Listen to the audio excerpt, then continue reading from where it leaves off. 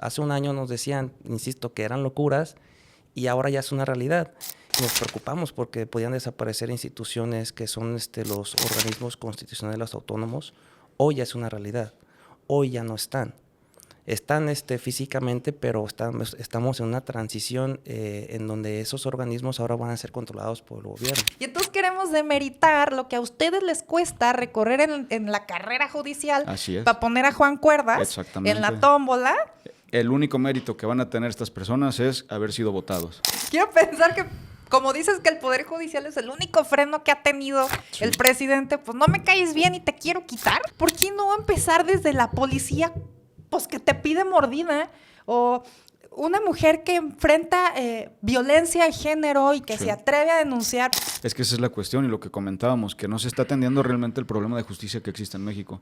El Poder Judicial es una parte de todo el sistema de justicia en México. ¿Sabes cuántas veces me han pedido mordida y pues no he querido y voy bien lento y veo que no avanzo? A la sociedad le están quitando la justicia. La justicia es un derecho que todos los mexicanos tenemos y nos la están arrebatando. En México existen 3 poderes: el poder ejecutivo, el legislativo y el judicial.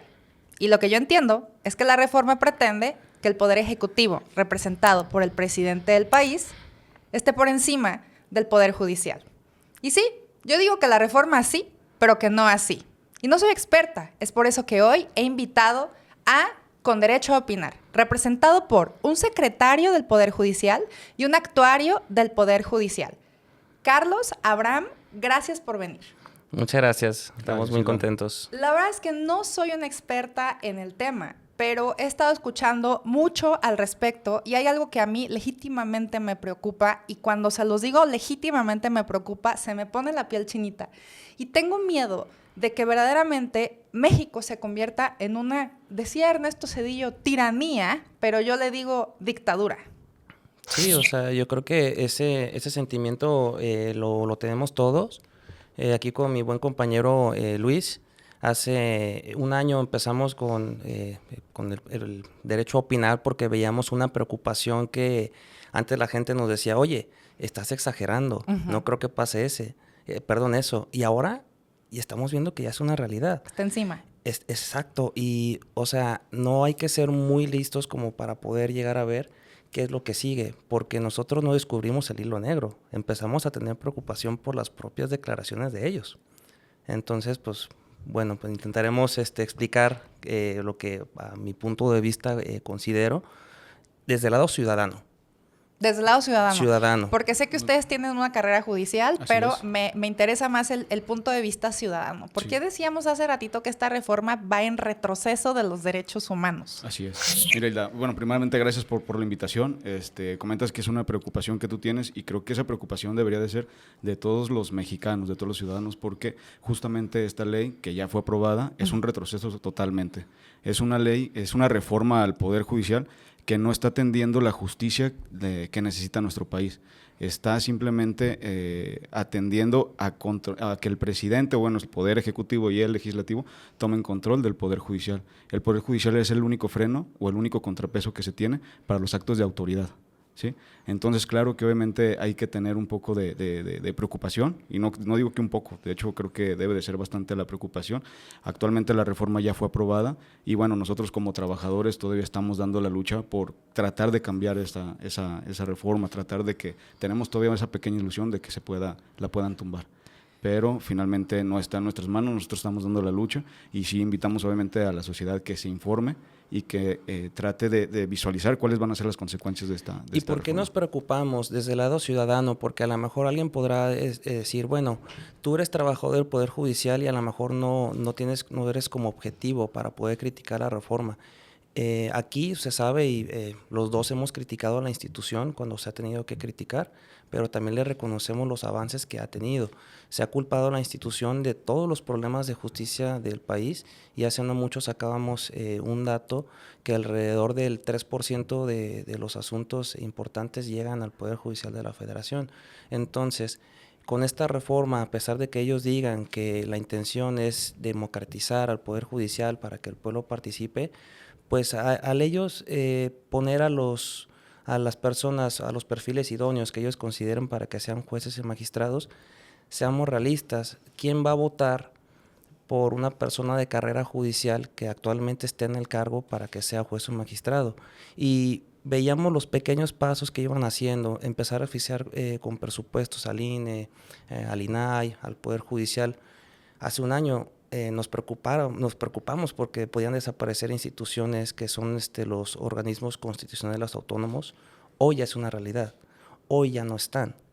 Están físicamente, pero estamos en una transición en donde esos organismos ahora van a ser controlados por el gobierno. Ay, no. Y son temas bien importantes, porque el INAI no solo es el acceso de la información que tenemos los ciudadanos para pedirle cuenta a algún funcionario, es tu protección de datos personales. Entonces son temas bien complicados porque al día de hoy que estamos grabando, ayer se discutió un tema que me preocupa, que pretende militarizar al país, y es aquí en donde te das cuenta que, bueno, cuál era el único freno que tenía pues a estos poderes a raya, pues era precisamente el Poder Judicial de la Federación. Entonces, ¿por qué creemos o por qué hay mucha preocupación, no solo del Poder Judicial, de organismos internacionales, de estudiantes, de expertos en la materia, que dicen, bueno, estas personas al llegar, porque parece que ya va a ser inminente, que va a ser así, ¿con qué objetividad va a poder resolver un asunto en contra del Estado? Porque el Poder Judicial no es un asunto Hilda contra Carlos, es Hilda contra el SAT, es Carlos contra el IMSS, es Abraham contra, no sé, alguna autoridad que esté abusando. Al ellos estar en estos cargos que le deben obviamente pues el puesto a alguien, a un partido político o alguien, o sea... Pues van a hacer lo que dice el de arriba. Exacto. Y entonces estás en total y absoluta desprotección. Van a traer una línea ya de cómo resolver esos asuntos. Y todas las leyes porque que les debo vengan... mi puesto de juez. Exactamente. Y ¿verdad? todas las Sí. leyes que vengan, que puedan ser declaradas inconstitucionales o inconvencionales, pues al tener un poder judicial a modo, al intentar también desaparecer la Corte, lo hemos visto con las ministras que son de la corriente de la Cuarta Transformación. Ellas han dicho públicamente que están enteramente comprometidas a la Cuarta Transformación. Y yo me quedo pensando, bueno, ¿y eso no será un impedimento para que tú te pronuncies al respecto de una reforma que venga del partido político al que te debes? Porque es como si yo soy amigo de Luis y me dice, oye Carlos, te voy a mandar una ley para que me la revises, ¿eh? Oye, eso tú y yo lo sabemos, en leyes es una causal de impedimento porque uno pierde objetividad. Te lo voy a poner en otro tema. ¿Ustedes por qué creen que los doctores no operan a sus familiares? Porque evidentemente vienen en juego muchas cosas. Un doctor no ve sano, no ve a lo mejor... Se me está yendo hay un sesgo, ¿no? Hay un tema de quiero a mi pariente que estoy ahí operando y exactamente, no vaya haciendo que yo la riegue. Exactamente, y pueden entrar ahí cuestiones a lo mejor de nervios o que la pueda regar pues ahí un doctor. Entonces, eso es lo que pues estamos preocupados. Hace un año nos decían, insisto, que eran locuras y ahora ya es una realidad. ¿Qué es lo que sigue? Pues es que realmente pues vayámonos a la historia. Te digo, no hay que ser muy listos. Si la gente se hubiese informado con fuentes fidedignas de cómo iba a venir el proyecto de nación, porque estaba publicado en la página de Morena, te hubieras dado cuenta que efectivamente pues no mintieron. Pero yo me quedo con esta reflexión. ¿Cuánta gente realmente se metió a checar este paquete de reformas? No, nadie, ni siquiera yo. ¿No? Y ¿saben qué? Es que no los juzgamos, porque probablemente exacto. Una es de que a lo mejor vienen términos que la gente no puede comprender. Mira, yo quiero, abundando lo que tú dices, la cuestión aquí es que se está dejando a un lado lo que es la carrera judicial. Ajá. La carrera judicial creo que era algo que se vino trabajando por más de 30 años aproximadamente. ¿Y qué es la carrera judicial? Es desde que tú llegas a la institución, hay gente que llega desde intendente, chofer, de ahí pasa a oficial judicial, actuario, secretario, juez y magistrado.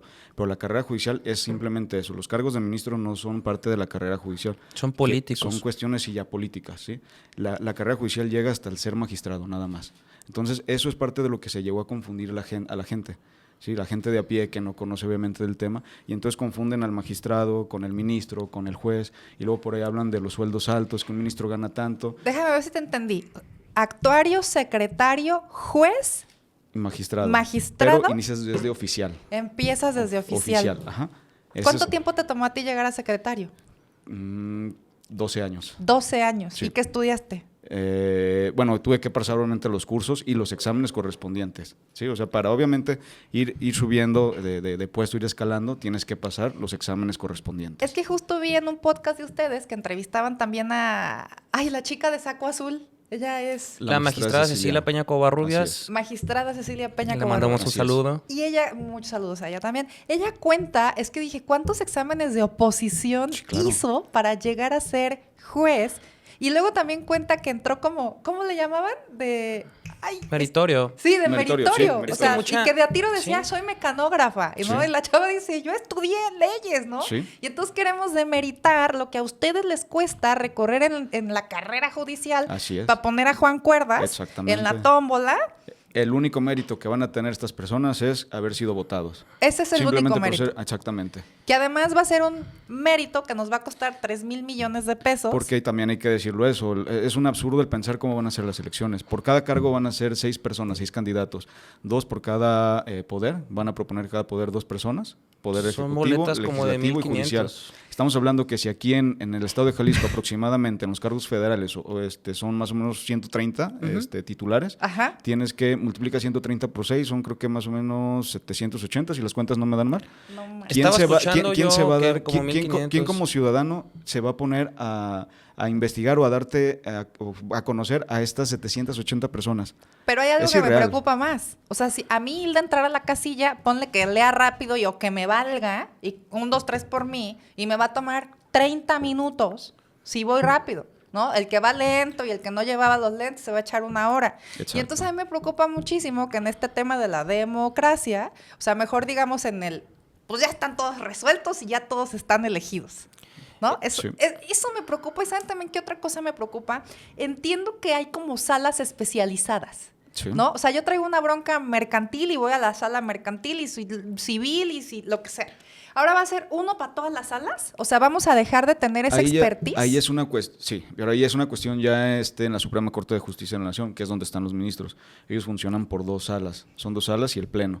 La primera sala, si no mal recuerdo, y si me equivoco me corrigen, pero la primera sala son asuntos civiles y penales, y creo que la segunda son administrativos y laborales, pero sí tiene que ver con una cuestión de especialización. Y ahorita todos juntos y revueltos. Ahorita la reforma pretende eliminar las salas y que todos funcionen en Pero pleno hay que y no haya dejar, ministros. hay que dejar algo claro. Miren, en una entrevista con un exministro, él dijo que sí vienen meses difíciles para el país. ¿Por qué? Porque evidentemente esa época de transición, yo no quiero juzgar a las personas que van a llegar, pero por ejemplo, si hubo personas que tenemos 10, 12, 15, 20 o 30 años en la institución y todavía hay asuntos que evidentemente pues impactan, las personas que vayan a venir de fuera, ¿qué va a pasar con esa curva de aprendizaje? La ministra Elenia Batres se ha justificado en el sentido de que no saca sus expedientes por la cuestión de la curva de aprendizaje. Pero si eso lo multiplicamos por todos esos cargos, pues entonces, ¿qué va a pasar por la justicia? Yo no creo que vayan a ser unos meses de crisis. Pero es que eso no es Van a ser- justificación. claro que no. Quien Van ya a está ser ostentando años. ese cargo no debería de decir que hay una curva de aprendizaje. Debe de llegar la persona más preparada y la más capaz. Claro. Exactamente. O sea, es un puesto Definitivamente. trascendente. Lo Y mismo ahora- para un juez y ser magistrado. Y ahora imagínate toda la gente, por ejemplo, que está esperando a que salgan esas resoluciones por parte de esa ministra, multiplicando los perfiles que pues conocemos que el partido oficialista está poniendo. Si haces la multiplicación por 1,500, 1,600 o 700, porque creo que ahora con el segundo dictamen van a salir la mitad, pues el problema de justicia ya no solo cómo te van a resolver, sino cuánto ¿Cuándo? tiempo van a Ajá. tardar en resolver. Entonces aquí hay algo curioso. Supuestamente esta reforma es para que los asuntos sean más rápidos. Entonces, de entrada aquí ya tenemos un problema, por lo que estoy comentando. Y lo segundo que dicen, bueno, el Poder Judicial, como dije hace rato, se le critica por todos los asuntos del país. Y yo me pongo a pensar, bueno, si eso fuera cierto, lo que pretenden hacer con la reforma, ¿por qué no empezaron a solucionar el problema de raíz? Justo eso les quería preguntar. ¿Por qué empezaron a podar desde arriba la cúspide? Claro. Como si eso para mí es como poner un arbolito bonito, como intentarlo maquillar. Pero incluso con eso, por supuesto que no va a funcionar y no hay que ser muy listo. O sea, yo he visto mucha gente que defiende incluso ser abogado, pero cuando empiezas a investigar quiénes son, pues te das cuenta que ya tienen pactado o que ya tienen una afinidad con el partido oficialista. Entonces, ¿dónde está ese intento de solución desde raíz para que vengan las reformas en las fiscalías, en las policías y demás? Se dice que se va a hacer, pero al día de hoy no es. Y discúlpame, que quería abonar algo respecto a lo de las elecciones. Si bien falta la reglamentación, porque falta una ley secundaria, pues insistimos, o sea, los que tienen experiencia en estas cuestiones políticas y los que no van a necesitar pues mucha ayuda para que queden, pues van a ser los que van a ser propuestos por el Ejecutivo y por el Poder Legislativo, porque el Poder Judicial va a tener que regresar a hacer sus funciones. Y ahora imagínate el estado de ánimo de nosotros y de los juzgadores que van a salir de primera mano, ¿cómo van a resolver? ¿Cómo va a ser el estado anímico en el que saben que sus días ya están contados? Hay gente que dice que los derechos de los trabajadores restantes no están comprometidos. Y yo solo pongo algo en la mesa. Ya no solo digas que ya no vamos a tener la oportunidad de llegar a jueces y magistrados, pero de entrada te están cambiando tu patrón. Nuestro patrón lo desaparecieron. ¿Quién es su patrón? El Consejo de la Judicatura Federal, presidido por la ministra presidenta Norma Piña. Norma Piña. Entonces, se Les elimina. preguntaba fuera del aire, Norma Piña, presidenta de la Judicatura Federal, ¿viene siendo lo que López Obrador representa al Ejecutivo? Sí, pero no hablando de la Judicatura. Sí, también es presidenta de la Suprema Corte de Justicia de la Nación, que es quien representa al Poder Judicial.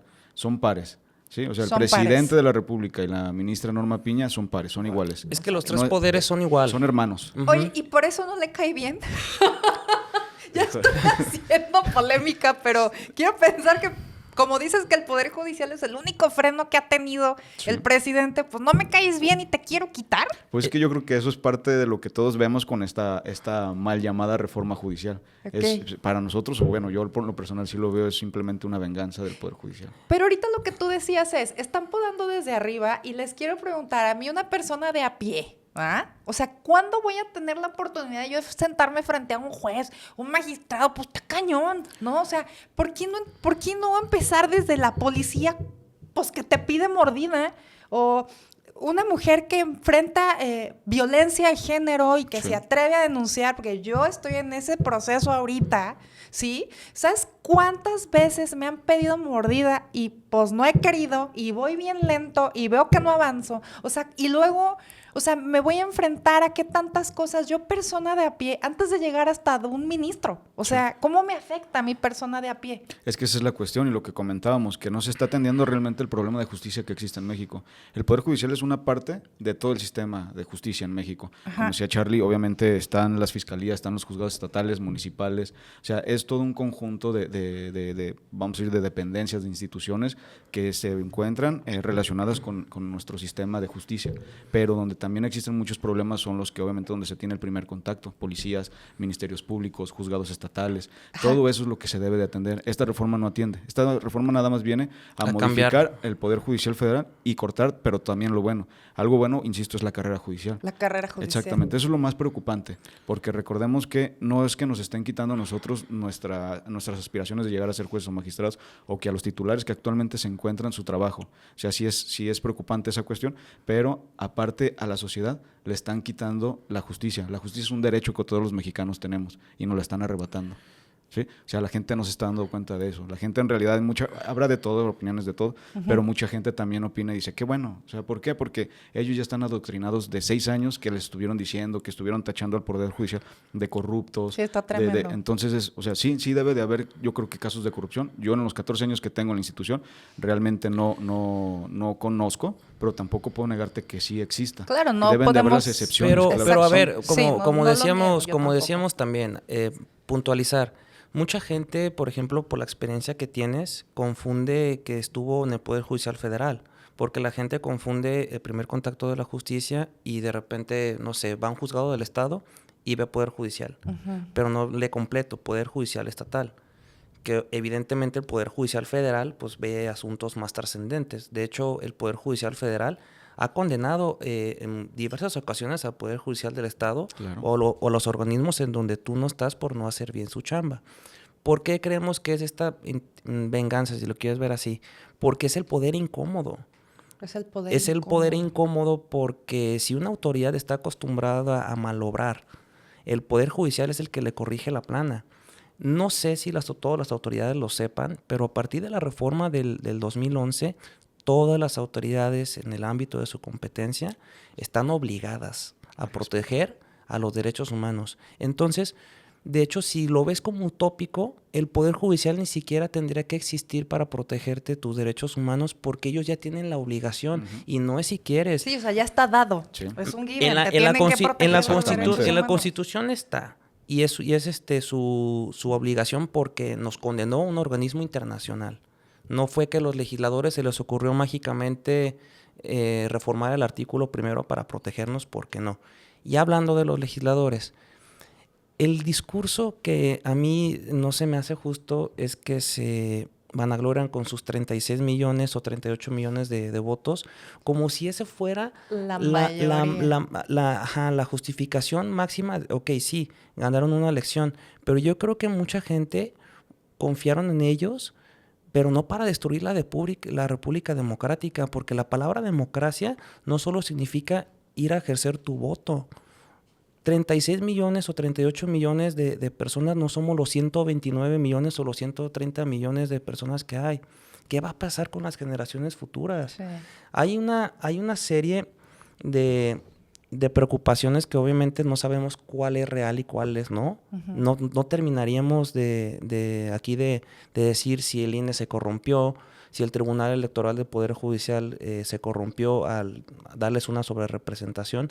No lo sé, no soy experto en materia electoral, pero lo que sí es evidente es de que todos estos pequeños pasos que nos costaron mucho trabajo, no solo los organismos autónomos que se fueran construyendo, 30 años de carrera judicial nada más llevan contra todo el esquema que se tenía anteriormente de que sí se designaban a los jueces y los magistrados porque le caes bien a un ministro, se van a venir abajo y no se ve obviamente el progreso que se tuvo, porque para mí es un tiempo corto. La reforma del 2011 para acá, a lo mejor la gente pudiera decir, oye, pues ya pasaron bastante años, ¿por qué no ha funcionado? Bueno, porque estamos luchando contra toda la historia del país. Exacto. Con todo lo que hemos venido luchando. Todos los derechos que tenemos ahorita no tendrían por qué ir en retroceso, porque una máxima de los derechos humanos es cuando tú tienes un derecho humano adquirido, cuando ya tienes un derecho humano reconocido, no puedes ir para atrás. Entonces, estas reformas que han estado ocurriendo, no solo la reforma del Poder Judicial, están yendo para atrás. Me daban el ejemplo de las mujeres tenemos el derecho de votar y es como si ahorita nos quitan el derecho de votar. O sea, no existe, no se puede. No se puede.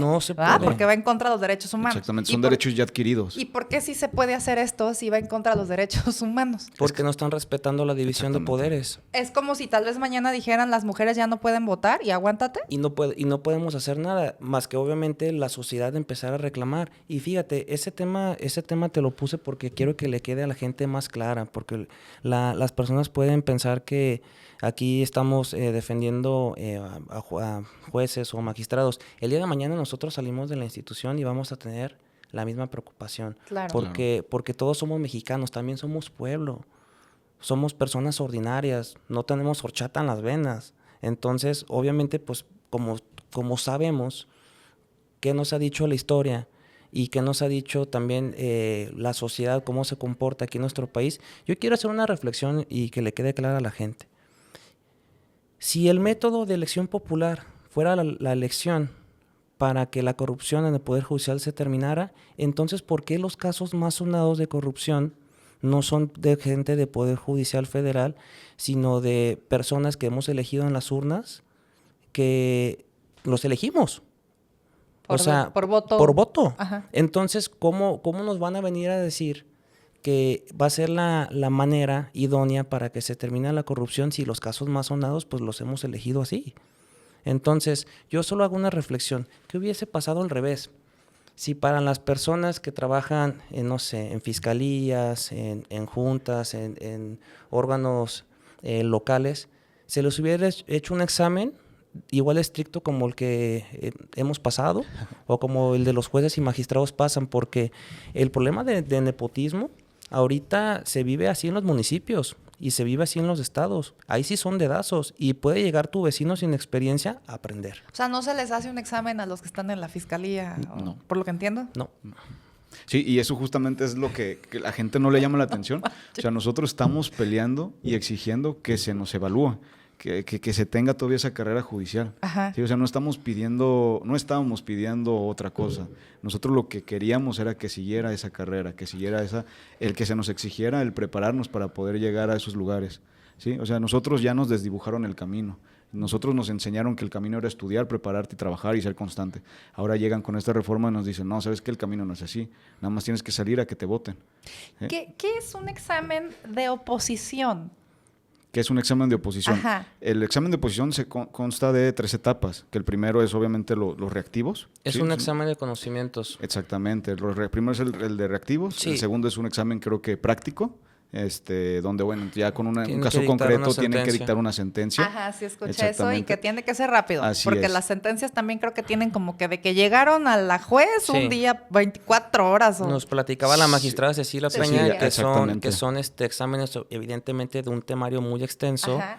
Y que no solo te preguntan de la materia que dominas, te Sí. preguntan de todas las materias, materias. no sabes qué te van a preguntar, después haz una sentencia a mano Ajá. y en un lapso que ni siquiera los dejan descansar, porque según yo, Sí, que no creo te puedes ir a tu que nos lo casa. dijo fuera de Sí. micrófonos, pero pues es estar 8 o 10 horas estando sentados y ver si pasas otra etapa. Exactamente. Y finalmente, con gente que tiene más experiencia que tú, Sí. tienes que hacer un examen oral y también te Así es. empiezan a preguntar de lo que sea. Y entonces son miles y miles de aspirantes. Así es. ¿No? Un Ujú. secretario aspira a ser juez y, Sí. y no va a pasar a la primera ni a la segunda y tal vez a la tercera y le va Habrá a tomar quien sí a lo años. mejor a la primera vez, Sí. pero a lo mejor casos muy excepcionales, Sí. personas muy capaces, pero sí, obviamente es esa parte de estar picando piedra y estarte preparando. Y disculpen mi ignorancia y voy a aventar la palabra. Eso Sí. no es nepotismo. O sea, si yo No. me preparo y hago un examen 1, 2 y 3 y paso, no fue nepotismo. No. Nepotismo es que me pongan, ya llegó Hilda y ya va a ser juez. Exactamente, nepotismo sería que yo teniendo un puesto a lo mejor alto y teniendo la facultad, haciéndome valer de ese cargo, pueda acomodar a Te caigo trabajar bien. a algún amigo o algún familiar. A eso es nepotismo, nada más por el simplemente hecho de caerme bien, aunque no tenga la capacidad. El nepotismo aquí, obviamente, sí hay casos de nepotismo, Sí, sí lo sé. sí existen. No lo voy a negar. Sí, obviamente, No no se lo voy a puede negar. negar. Son cosas que obviamente se deben Pero de pasaron un examen también. También. desaparecer. Justamente es lo que quería comentar. Sí. Ya para mí no hay nepotismo si un juez tiene a su hijo que también es abogado Ajá. y ese hijo también pasó sus exámenes. ¿Por qué es nepotismo? No es nepotismo. Él también se está preparando para llegar a tener ciertos cargos, como cualquiera de nosotros que no tenemos a lo mejor un familiar. Si no caeríamos en el exceso, que si yo el día de mañana tengo hijos y llego a ser titular, ya no va a poder Ya no va a aspirar poder a eso. ejercer. Yo, por ejemplo, soy Ya. abogado porque mis padres son abogados. Ellos Ok. son abogados postulantes y yo no tengo familiares en el Poder Judicial. El licenciado Abraham y yo hemos estado en todos los puestos de la carrera judicial, oficial, actuario, secretario, a excepción de juez y magistrado. Pero somos casos de muchos, porque, Muchos. o sea, de verdad te digo, De muchos. verdad, yo creo que es una mayoría. O sea, De es la las mayoría. personas que entramos, ya sea anteriormente como meritorio, como practicante judicial, y que alguien finalmente nos dio la oportunidad de entrar a la institución. Entonces, al menos yo con los jefes que he tenido, yo no he visto ese nepotismo del que hablan, pero sí, hay casos en los que a lo mejor dices, bueno, qué extraño que un titular tenga 15 sobrinos y todos en el área. Ok, pero si hay mecanismos para investigar a esas personas vía administrativa o vía penal en caso de que alguien denuncie un caso de corrupción, ¿por qué no los hacen valer? Y aquí hay un discurso que también va con doble cara. Al presidente de repente se le acusan de muchas cosas y él dice, bueno, si están las pruebas, sáquenlas. Y estoy de acuerdo con él, porque todos tenemos presunción de inocencia, pero ¿Por qué cuando él empieza a prejuzgar a alguien, no dice lo mismo? De que, bueno, pues hay una impresión de esta persona, vamos a hacer una investigación para ver si lo que estamos sospechando es real. Él en automático ya está prejuzgando y manda un mensaje, esta persona es corrupta. Todos en el Poder Judicial están podridos. Y como están todos adoctrinados, pues todo el mundo le cree. Exactamente. Y es que también, o sea, no se trata de polarizar más, sino que simplemente, o sea, yo ya estoy cansado de la polarización porque creo que el presidente se aprovechó mucho de eso. Uh-huh. No porque una persona no está de acuerdo con nosotros, no quiere decir que tengamos que ofender o ser groseros. El mensaje se intenta dar. Ahorita que hay estas oportunidades de estos espacios que te volvemos a agradecer por la invitación, es el único mensaje que se quiere dar, porque evidentemente van a pasar los años y nos va a juzgar la historia. No sabemos si las preocupaciones que tenemos, Luis, a lo mejor el día de mañana sean infundadas, pero de momento todas han sido fundadas. Entonces es momento, como mexicanos, de las personas, sobre todo, todos, pero sobre todo los que votaron por el partido oficialista, que les pongan un ojo, porque hemos visto que también estos dos poderes no han respetado la democracia. ¿Y a qué me refiero? ¿Cómo es posible que tú pues, vas a votar por una coalición, la que sea de las dos, y tan fácil se cambien de partido político? No es así. O tan fácil antes de una votación se cambien. Entonces, no era el fin legítimo que querían respetar el voto ciudadano y a la ciudadanía. Ahora imagínate, insisto, qué es lo que puede pasar con los jueces y magistrados. Y la gente me dirá, a lo mejor tú estás suponiendo, pero bueno, es que, ¿qué te dice la historia? ¿Qué han hecho los políticos toda la vida? Yo no sé por qué hay todavía caras tan viejas en la política, estando en todos los cargos, y por qué nunca se ha votado una ley antichapulines. Se dice también de los excesos del Poder Judicial. Creo que si nos ponemos justos, hay mucha gente en el Senado, en los diputados, que ganan más que un juez y un magistrado. Y la gente no los ha volteado a ver. Yo solo digo algo, porque eso empezó desde la ley de remuneraciones. Si todos nos tenemos que ajustar a una política de austeridad, yo estoy de acuerdo. Pero estoy esperando a que los senadores y los diputados sean los primeros en poner el ejemplo. Porque ellos tienen mucho más presupuesto que nosotros. Y ahorita abundando lo que comentabas tú de los excesos que hablan del Poder Judicial, creo que no sé si tu audiencia en algún momento vaya a tener esa duda de los salarios, porque se habla mucho de sueldos altos, sí, y que se gana muchísimo. Sí. Sinceramente no se gana muchísimo. La institución sí te da para vivir tranquilamente. Como cualquier trabajo, exactamente. ¿no? Sí. Y eso no es un privilegio. Privilegio sería obviamente que sin tú merecerlo, llegues a un cargo del Poder Judicial, al que sea. Uh-huh. Pero aquí la cuestión también es que los juzgadores, los sueldos de los juzgadores realmente tienen un porqué.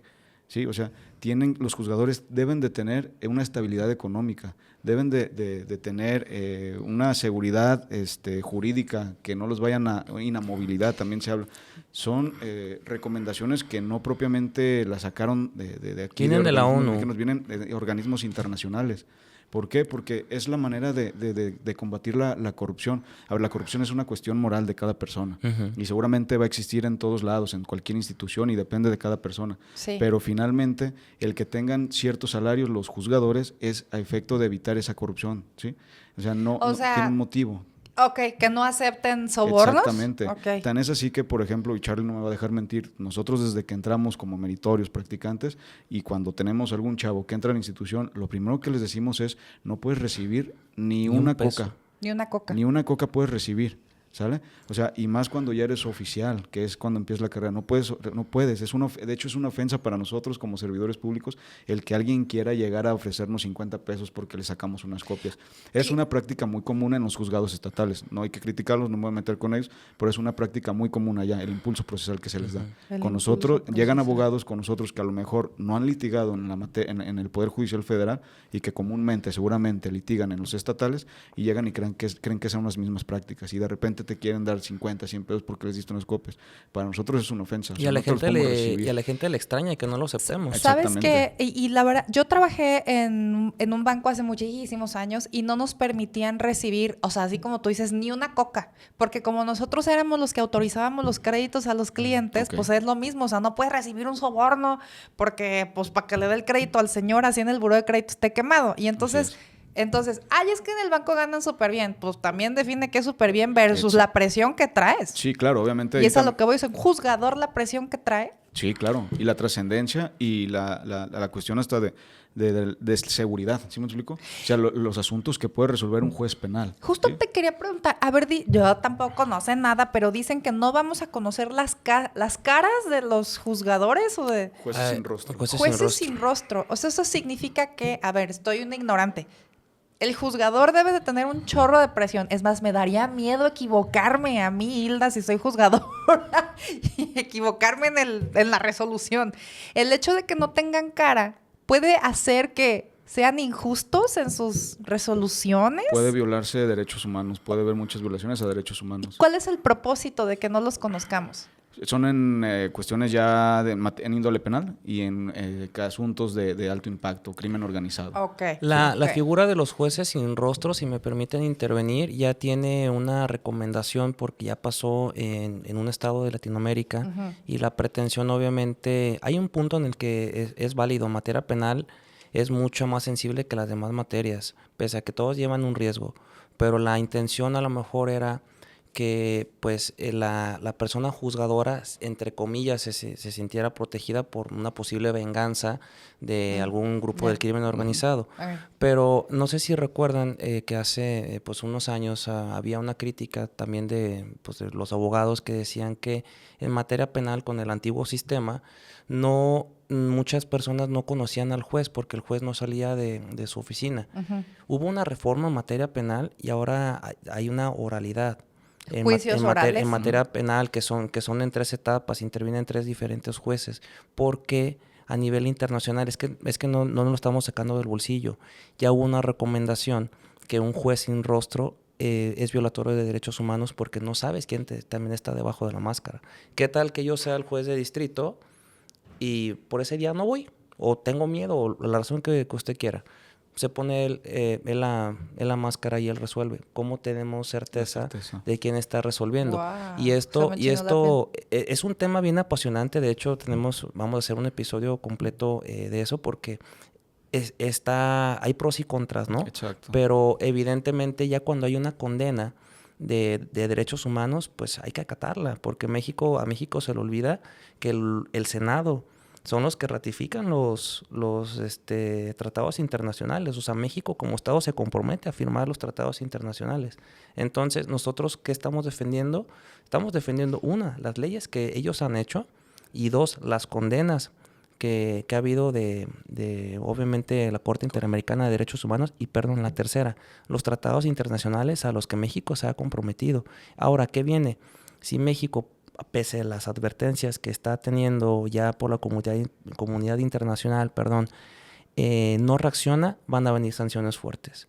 Y van a venir evidentemente problemas económicos como ya los está habiendo con personas, más bien con grupos poderosos de que están alejando su inversión o la están suspendiendo. Certeza jurídica. Así es. Y eso afecta a todos los mexicanos, evidentemente. Es correcto. Sí. ¿Qué es la certeza jurídica y cuándo la vamos a tener? Certeza jurídica. A ver, bueno, ahorita se habla mucho de que no tenemos una incertidumbre jurídica y creo que todo está derivando de justamente la reforma judicial. Jueces de distrito emitieron suspensiones, ¿sí? Para tratar de parar la reforma. Ajá. Una suspensión emitida por un juez federal debe de ser acatada por cualquier autoridad. No acataron esas suspensiones. Violaron la ley. No manches. Entonces, eso es el mensaje que dan para la sociedad, es que no existe un Estado de Derecho, hay incertidumbre jurídica. ¿Qué va a pasar entonces? El Poder Judicial Federal está golpeado. Ahorita lo deslegitimaron. Entonces, no existe esa seguridad jurídica de que aunque tú vayas actualmente al Poder Judicial, puedan obviamente las autoridades acatar. Es un gran problema. ¿Qué pasa con los otros? Ahorita estamos hablando otra vez de las ramas altas y se violaron las cosas y la suspensión. ¿Qué pasa con las personas que traían algún tema o un proceso en Ciudad Judicial y están sus amparos y todo esto está en pausa, ¿verdad? Ahorita todo está en o sea, pausa. nos está afectando a todos. Exacto, a menos que tu asunto sea considerado de trascendencia, o que sea urgente, cuestiones médicas, arrestos, incomunicados. ¿Puedo Eso estamos preguntar, trabajando. hoy es 20 de septiembre, ¿cuánto tiempo tienen en paro? ¿Cuándo empezamos el paro, Charly? Un mes, exactamente. Un mes. Sí, 20 de agosto sí. se comenzó con el ¿Es a movimiento. nivel nacional el paro? Sí. Sí, Todos estamos en paro. así es. Se me enchina la piel, porque justamente vuelvo al tema. Ok, salvo que sea un tema médico, un tema de arresto, pues eso sí Exacto. lo estamos Sí, chambeando. eso hay que trabajarlo. Pero tal vez hay una mamá que está esperando que le den la custodia de su hijo y eso está en pausa. No, hay una circular. A lo que se refería el licenciado Abraham es de que esos son los que son de más trascendencia, Ok. porque evidentemente hay peligro a la vida o peligro de que una persona la detengan de manera ilegal. Ok. Eso nosotros tenemos la obligación de menos de 24 horas resolver. Ok. Que por cierto dicen que nos tardamos y si un día te resolvemos, pues bueno. Pero esos asuntos que tú mencionas, hay una circular en donde nos dicen que evidentemente esos asuntos también tienen que seguir su cauce. Mucha gente piensa que ahorita estamos de paro y que estamos de vacaciones o rascándonos el ombligo. Todos los días estamos ahí en los juzgados monitoreando estos asuntos. Lo que es evidente, y no te puedo mentir, es de que pues es natural que no tengamos ahorita la misma carga de trabajo, pero seguimos trabajando, Ok. seguimos chambeando a nivel nacional. Chicos, me quedan 5 minutos y obviamente les quiero agradecer y yo les decía, esto es un tema que pues no nos va a dar la vida para terminarlo de platicar y siempre me gusta cerrar mis podcasts con algo que yo creo que pues se me va a enchinar la piel porque voy a participar en la última pregunta. A mí siempre me gusta decir, si pudieras pedir un deseo, ¿cuál sería? Si pudieras pedir un deseo. Actualmente y ahorita yo, híjole, sería que se tumbara la reforma judicial. ¿Por qué? Porque finalmente, insisto, no es una cuestión de nosotros los trabajadores, es una cuestión de todo el país. O sea, depende, yo tengo hijos, o sea, ¿qué país le voy a dejar a ellos? ¿Sí? Sí, O sea, se me creo enchina la que piel. esto está trascendiendo más allá y mucha gente que no lo está viendo. Están siendo bastante apáticos. Necesitamos, Estamos siendo obviamente, apáticos. necesitamos ser apoyados por la sociedad. O sea, necesitamos que la gente despierte, que entienda y comprenda qué es lo que está pasando. Nos están quitando derechos, el derecho a la justicia. ¿A dónde más vamos a acudir? Si tú pudieras pedir un deseo, ¿cuál pedirías? Mira, mi deseo va a estar más complicado, pero yo lo que quisiera es de que como sociedad nos estuviéramos informando más, porque México es un país muy golpeado. México es un país que por desgracia se viven injusticias todos los días. Todos los días hay gente que no volvemos a ver. Todos los días hay gente que muere. Estamos viviendo algo en Sinaloa que lo están minimizando. Mi deseo sería para toda la comunidad que seamos patriotas de verdad. Ser patriota no significa ir a dar el grito en la independencia, ir a apoyar a tu selección mexicana en un partido de fútbol. Ser patriota es no ser apático con lo que está pasando en el país. Tal vez ustedes piensen que ahorita no les va a afectar, pero si nos llegamos a equivocar, que bueno, soy el primero que lo va a Ojalá. reconocer. Sí. Pero si no, creo que es momento para que toda la sociedad, y ese es mi deseo, se empiece a informar, empiece a cuestionar al gobierno, empiece a pedirles cuentas a todas estas personas y que tengamos memoria. O sea, me encantaría que se consumiera más contenido como el tuyo y menos contenido, Gracias. por ejemplo, como el de la Casa de los Famosos o cosas así que no los juzgo si lo ven, pero a la par, si les gustan ese contenido, también infórmense de lo demás. Claro. Y no solo consuman lo primero que les Es ponen. una obligación el hecho de informarte de lo que está pasando en tu país y en tu sociedad, ¿no? O sea, Es mi deseo, que sean patriotas de verdad y que no sea un patriotismo baratito de traer nada más la banderita en el carro, con todo respeto. va. Entonces, echar atrás la reforma, Ojalá. que nos informemos. Sí. Y yo deseo de todo corazón, y siempre se lo digo a mis clientes, sueño con un México próspero, sueño con un México feliz y sueño con un México unido. Yo deseo de todo corazón que tanto tus hijos, los tuyos, Todavía no tengo, pero algún día. tus sobrinos, Sí. los míos, vivan en un México libre. Sí. Lo Así es. deseo de todo corazón. Chicos, ¿cuáles son sus redes sociales? Bueno, te pasamos la de Derecho a Opinar. Con derecho, @derecho opinar. Así es. Sí, es que la red que tenemos es personal, pero de momento pues nos ayuda mucho con derecho a opinar por la cuestión de que pues queremos seguir informando también, al igual que tú. Está buenísima. Yo me he echado ya 2 podcasts y la verdad es que no sé nada, pero siento que ya sé menos nada. O sea, está muy bueno. Esa es la intención de ese podcast. Obviamente informar a la gente de qué es lo que se está haciendo, por ejemplo, nosotros como trabajadores del Poder Judicial. Y bueno, ahorita con lo que estaba pasando en el país en la actualidad, pues obviamente estamos aprovechando para tratar de Sí, está difundir. buenérrimo. Sí, está buenérrimo. Gracias también a ustedes por su esfuerzo, porque yo siempre les digo, la verdad es que hacer un podcast es un chambal. Sí, no, y gracias a ti también. Y también es un chambal el de ustedes. Entonces, de verdad, muchísimas gracias por haber venido. Yo deseo todo corazón que las cosas se resuelvan. Deseo que todos conservemos nuestros trabajos. Deseo, como se los dije, un México próspero. Gracias por ayudarme a informar. Gracias a ti. Que no se les olvide a mi comunidad. Yo sé que hoy fue un tema bien fuera de lo que yo normalmente traigo, pero creo que vale muchísimo la pena que ustedes también tengan esta cosquillita, pertenezcan a la ideología que pertenezcan, es mejor estar informados. Así que, comunidad, muchísimas gracias por sintonizarnos hoy y nos vemos a la próxima. Adiós. Gracias.